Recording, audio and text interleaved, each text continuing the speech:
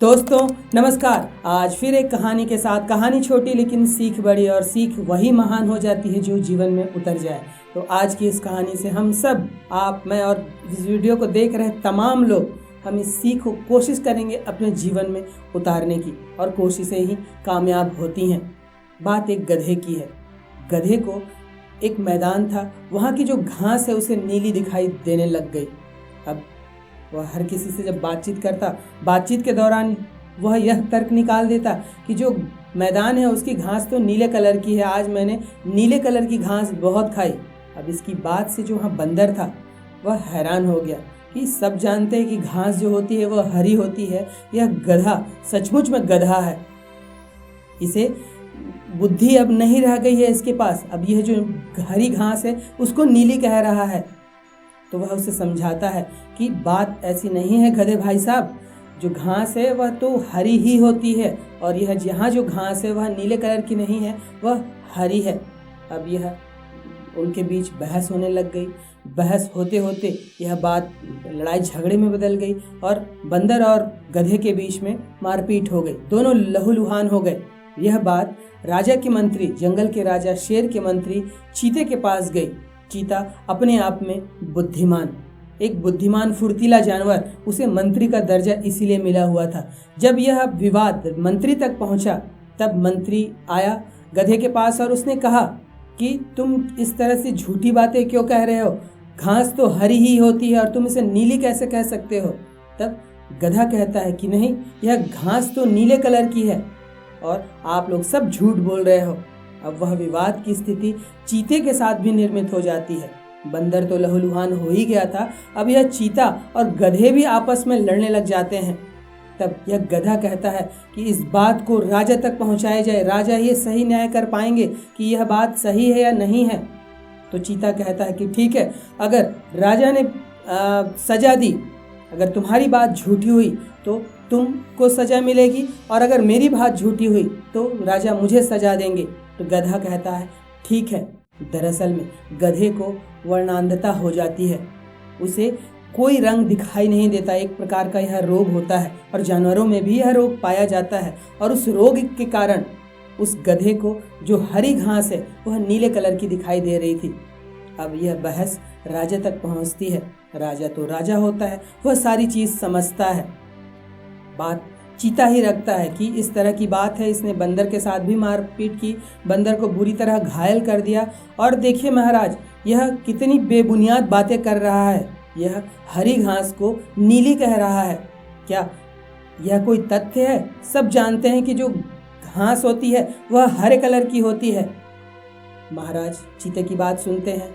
महाराज फिर गधे से कहते हैं, शेर महाराज, कि तुम्हें कुछ कहना है। गधा फुर्ती के साथ खड़ा होता है और कहता है कि महाराज, यह सब लोग झूठ बोल रहे हैं। दरअसल घास नीले कलर की है, और वह नीले घास खा खा कर तो मैं इतना मजबूत बना हूँ जो मैं इतने काम कर पाता हूँ।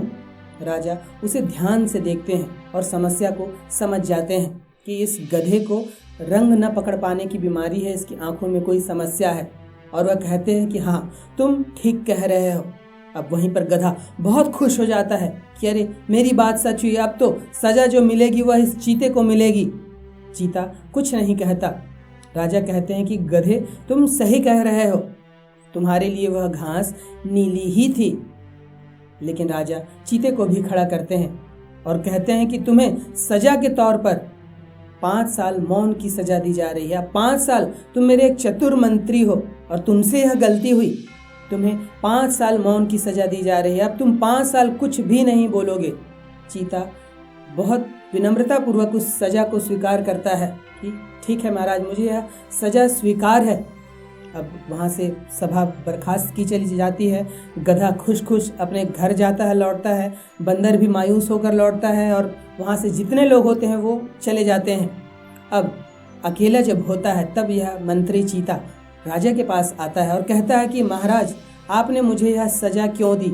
आप तो जानते हैं कि घास जो होती है वह हरी होती है। तब राजा कहते हैं कि चीता, तुम मेरे एक चतुर मंत्री हो, तुम इस तरह के फालतू विवाद लेकर मेरे पास यहाँ आए और मेरा और अपना समय बर्बाद किया।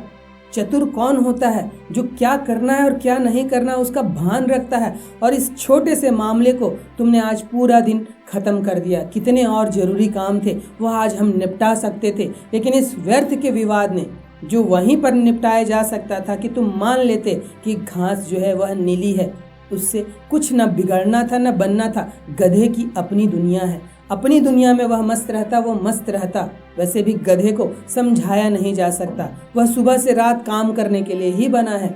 लेकिन तुम तो एक चतुर मंत्री थे और तुमसे यह गलती हुई, इसलिए मैंने यह सजा तुमको दी, और यह सजा तुम्हारे पाप के अनुरूप ही है कि तुमने जो समय बर्बाद किया वह बोलने के कारण, व्यक्त करने के कारण किया। तो इसकी सजा भी यही होती है कि तुम्हें मौन की सजा दी जाए। अब 5 साल तुम अब कुछ भी नहीं बोलोगे। चीता उस सजा को स्वीकार करता है और आइंदा सबक लेता है कि मुझे जहाँ बोलना है, जहाँ बोलना जरूरी है, जहाँ बोलने से लाभ मिलता हो, किसी का भला होता हो, मैं अब वहीं बोलूँगा। दोस्तों, छोटी सी कहानी, लेकिन यह गधे, यह चीते हम सब हैं। ऐसे ऐसे विषयों पर हम दिन रात वाद विवाद व्यर्थ बहस करते रहते हैं। आप टेलीविज़न न्यूज़ चैनल देख लीजिए, एक छोटे से मुद्दे पर पूरा दिन डिबेट की जाती है। केवल टीवी चैनल ही नहीं, हम अपने घर परिवार में भी कई ऐसे लोग होते हैं जो व्यर्थ का चिंतन, व्यर्थ की बातचीत, काम नहीं करेंगे, उसके लिए प्लानिंग नहीं करेंगे, उस प्लान पर एग्जीक्यूट नहीं करेंगे, लेकिन बातें बड़ी बड़ी, यह ऐसा, वो ऐसा, वो ऐसा। और हम इस गधे की तरह ही, फिर वह बात धर्म की हो, वह राजनीति की हो, या कोई भी सामाजिक विषय हो, या घर परिवार के विषय हो, बातचीत ही बातचीत, बातचीत ही बातचीत, प्लानिंग ही प्लानिंग, और उस प्लानिंग पर कोई कार्यान्वयन नहीं। यह गधे रूपी हम ढोर अपने जीवन में भार ढोते रहते हैं। हमें ज़रूरत है एक राजा की तरह दृष्टि रखने की कि क्या सही है और क्या जरूरी है, क्या काम मेरे लिए सही है और क्या काम मेरे लिए गलत है, किस में मुझे समय देना है। हम 24 घंटे होते हैं हमारे पास, अगर हमारा आधा घंटा भी इस तरह के बहस, व्यर्थ, वाद विवाद कुछ साबित करने में जा रहा है तो वह हमें समय की बर्बादी कर रहे हैं। और जो व्यक्ति समय की बर्बादी करता है, और केवल वो बातचीत ही नहीं, ऐसे कई चीज़ आप कर रहे हैं, हम कर रहे हैं, जिससे समय बर्बाद होता है, जिससे हमारे जीवन में कुछ भी नहीं मिलता। बहुत आपने देखी वेब सीरीज़, बहुत देख लिया आपने मूवी, बहुत देख लिया आपने सीरियल, बहुत देख लिया ऐसे शो, कुछ मिला क्या? जीवन में आपने कुछ उपलब्धि पाई क्या? अब 1 साल इसका उल्टा करके देख लीजिए। छोड़िए इन वेब सीरीज़ को, छोड़िए इन मूवीज़ को देखना, छोड़िए ऐसे शोज़ को देखना, केवल मौन धारण होकर अपने काम को 100% दे दीजिए। वह काम जो आपका सपना है, जिसे आपको पूरा करने हैं। इन वेब सीरीज़, इन शोज़, इन बहस, इन वाद विवाद, धर्म, राजनीति, उसके लिए विशेषज्ञ हैं, छोड़ दीजिए उनके जिम्मे, और आप जिम्मा उठाइए कि मैं इन सब से 1 साल, केवल 1 साल दूरी बनाकर देख लीजिए। आपका शरीर, आपका मन, सब कुछ दिव्य हो जाएगा, क्योंकि इस माइंड पर, इस मस्तिष्क पर आप बहुत कचरा डालते हैं, और जो डालेंगे वह तो निकलेगा ही निकलेगा।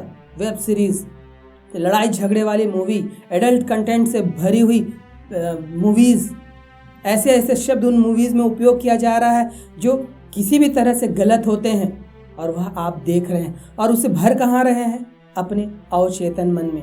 तो जो आप भरेंगे वह आपके जीवन में निकलेगा ही निकलेगा।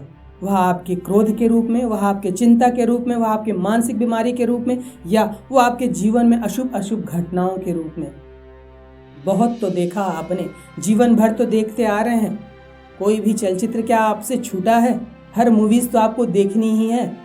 लेकिन 1 साल, अगर आप इस वीडियो को अभी तक देख रहे हैं तो प्रण लीजिए, अगले 1 साल मैं किसी तरह का कोई शो, किसी तरह का कोई चलचित्र नहीं देखूंगा। कोई काम की चीज़ देखनी भी हो तो उसे सुन लीजिए। अपने बाकी दैनंदिन काम करते हुए उस चीज़ को सुन लीजिए। आजकल तो अच्छी पुस्तकें भी ऑडिबल फॉर्म में हैं, आप उसे सुनते रहिए, फिर देखिए कैसा कायाकल्प होता है। लेकिन आप गधे की तरह रट लगाए रहेंगे, अपने आप को ही सही साबित करने में रहेंगे, और ऐसा अहंकारी व्यक्ति करता है, ऐसा बुद्धिजीवी करते हैं। अगर आप चीते की तरह भी गलती करते हैं, सब कुछ आपको मालूम है कि क्या सही है और क्या गलत है, उसके बाद भी अगर आपसे गलतियां हो रही हैं तो दंड तो मिलना लाजिम है। दंड तो आपको मिलना ही चाहिए, और वह दंड है मौन का। मौन हो जाइए। 1 साल मौन होकर देखिए, 1 साल इन सब चीज़ों से दूरी बना कर देखिए, कैसे आपके भीतर वह सिद्धि, आपका जो भी लक्ष्य, आप कैसे उसको सफलता से पा लेंगे, क्योंकि आप इन सबको देखने में बहुत समय व्यतीत कर रहे हैं। आप सोचते हैं कि मेरे पास अभी खाली समय है, क्या करूं, आपको कुछ समझ नहीं आता। आपके हाथ में एक पिटारा है मोबाइल, आप उस पर जाते हैं, अब यूट्यूब पर, रील्स पर, इंस्टाग्राम पर, पता नहीं क्या क्या प्लेटफॉर्म है, वहाँ जाकर आप सोचते हैं कि यह देख लूँ, और वह देखते देखते देखते मोबाइल में आप एक पूरी मूवी देख लेते हैं। सोचिए आप कितने वेल्ले हैं, कितने खाली बैठे हैं और बातें बड़ी बड़ी करते हैं कि जीवन में यह करना है, वह करना है, मेरे बच्चों को यह करना है। बच्चे क्या खाक करेंगे? वह आपको देखकर सीख रहे हैं कि आप तो मोबाइल में मज़े लेते हो, हंसते हो, पूरी तरह एंजॉय कर रहे हो, उन्हें भी वही चाहिए। जिम्मा उठाइए अपने पुत्रों के लिए, अपनी पुत्रियों के लिए, कि मैं उनके सामने ऐसा आदर्श नहीं प्रस्तुत करूँगा, मैं उनके सामने ऐसा आदर्श नहीं प्रस्तुत करूँगी, तब कुछ बात बनेगी। नहीं तो आपको सजा प्रकृति देगी। आपके जीवन में अशुभ घटनाएं, आपके शरीर में दोष, आपको मानसिक परेशानी, नींद ना आना, इस तरह की तमाम समस्याएं आप झेलते रहेंगे। आप समझदार हैं, क्या करना है आप अच्छे से जानते हैं। कोई गधा कहता है कि घास नीली है, मान लीजिए। कोई कहता है कि आज मैंने एक हाथी को उड़ते हुए देखा, मान लीजिए। उसमें उल्टा जोड़ दीजिए कि यार हाँ तुम सही कह रहे हो, आज वह मेरे छत पर भी उड़कर आया था। क्यों उनसे बहस करते हैं? क्यों उन्हें गलत साबित करना है, अपने आप को सही साबित करना है? आप जो करना चाहते हैं उस पर ध्यान दीजिए, अपने समय को वहाँ लगाइए, तब कुछ बात बनेगी। तभी आप चतुर इंसान कहलाएंगे, समझदार इंसान कहलाएंगे। वह समझदारी तो अपने भीतर लाइए।